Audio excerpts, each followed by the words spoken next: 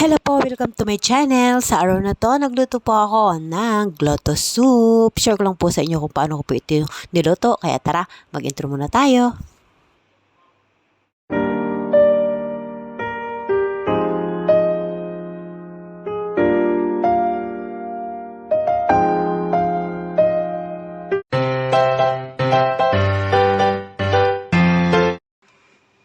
Ito po ang ating mga sangkap, ang ating mga kakailanganin sa ating pagluto. Ayan, ito po yung king pork na iluluto.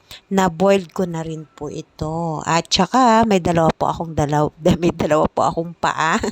Paa ng manok ha, ilalagay ko na rin. So ayan, ito po yung scallop. Ayan, dry. Nahugasan ko na rin po yan. At octopus, dried octopus na ibabad ko na rin po ito. At ito rin po yung red dates. Natanggalin ko na rin po ng buto at nababad. So ayan po, maglalagay din po tayo dito ng peanut. Ayan, nakababad na rin. Babad ko lang ito saglit lang.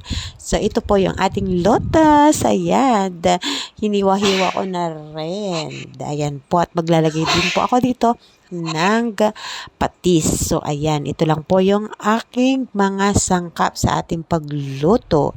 Ayan, so ayan na, naglagay na po ako dito ng tubig at hintayin lang po natin ito na kumulo. Ayan po. Pag gumulo na po ito, tsaka ako na po ilalagay yung karne ng baboy. So, ayan. Ito po, kumukulo na siya. Kaya, maglalagay na po ako dito ng pork. Pork ribs po yun eh. Yung iluluto ko. So, ayan.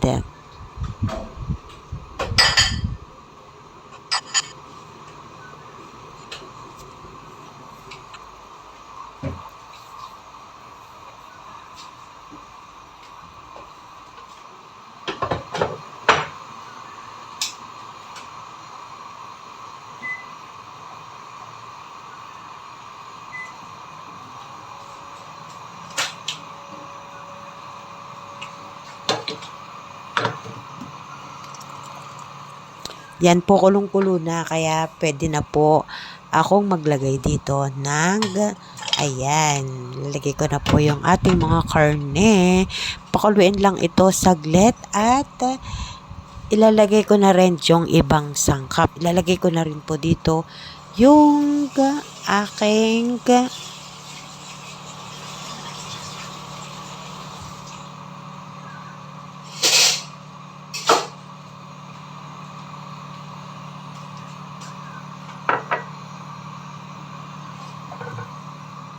yan pa, ilalagay ko na rin po dito yung dried na scallop at yung dried na octopus. So, ayan. Pinagsama-sama ko na po silang lahat at maya-maya ng konti, pakuluin ko lang ito ng saglit lang at lalagay ko po yung ibang mga sangkap.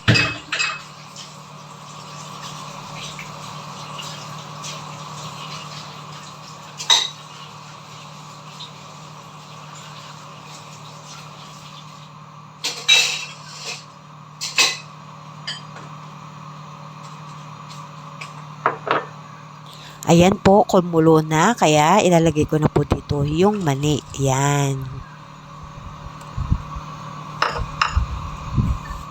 Susunod ko na rin ilalagay yung red dates. Yan po, hintayin po natin ulit na kumulo.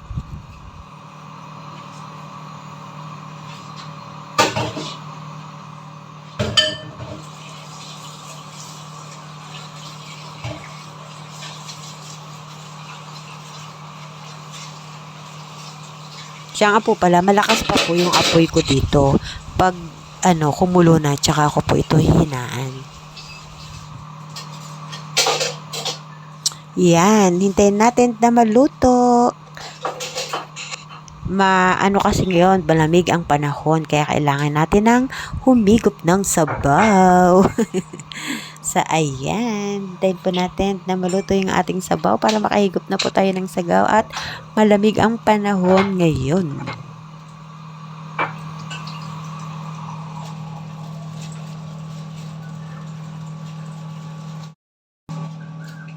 Ayan, kumulong-kumulo na, kaya hinaan ko na po ito kasi lulutuin ko po ito ng 1 oras na mahigit.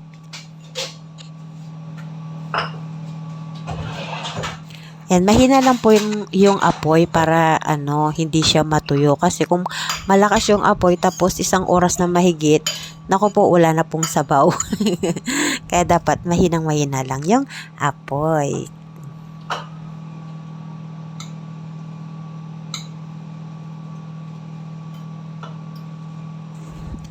Kaya mahina lang po yung apoy. So, ayan po, hintay lang po natin hanggang sa maluto yung ating soup.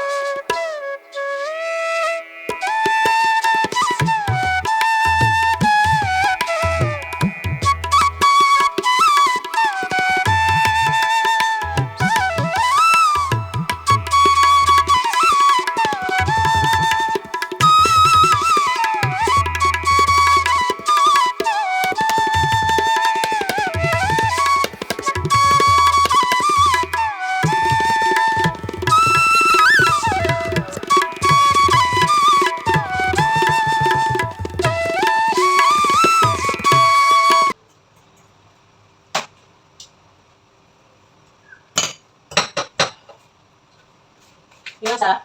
Kita. Ini sini kok lah. Hah? Gimana Fernanda? Ini kan tradisional lah, itu kan memang Sikat. dan sini kok lah. Orang. Oke.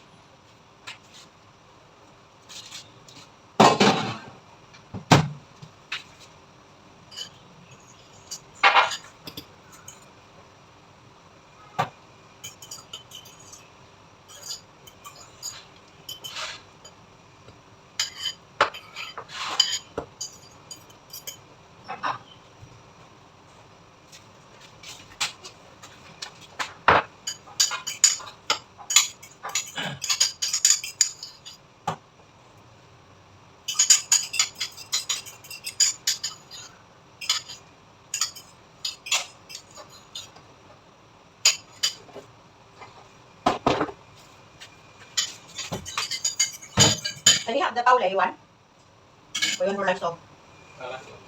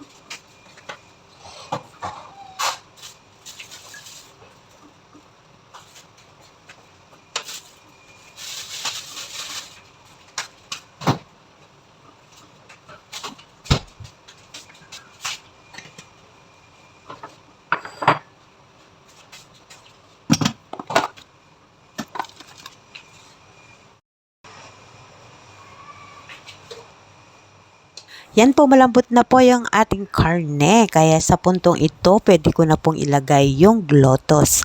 So, ayan. Lalagay ko na po yung lotus at hintayin ko lang po ito na maluto. Kaya maghintay lang muna tayo ng ilang minuto ulit hanggang maluto yung ating lotus.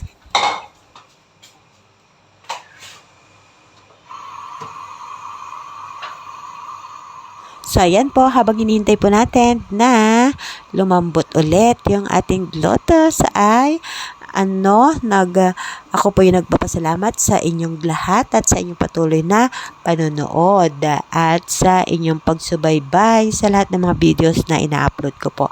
Maraming salamat pong muli. Kaya, don't forget to like, share, comment, and subscribe po. At don't forget to click the bell na rin para updated po kayo sa lahat ng mga videos na ina-upload ko po.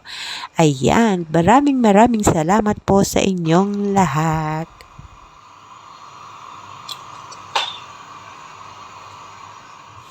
Ayan po, okay na. Luto na po yung ating soup. So, ayan, pwede na po tayo maglagay dito ng patis.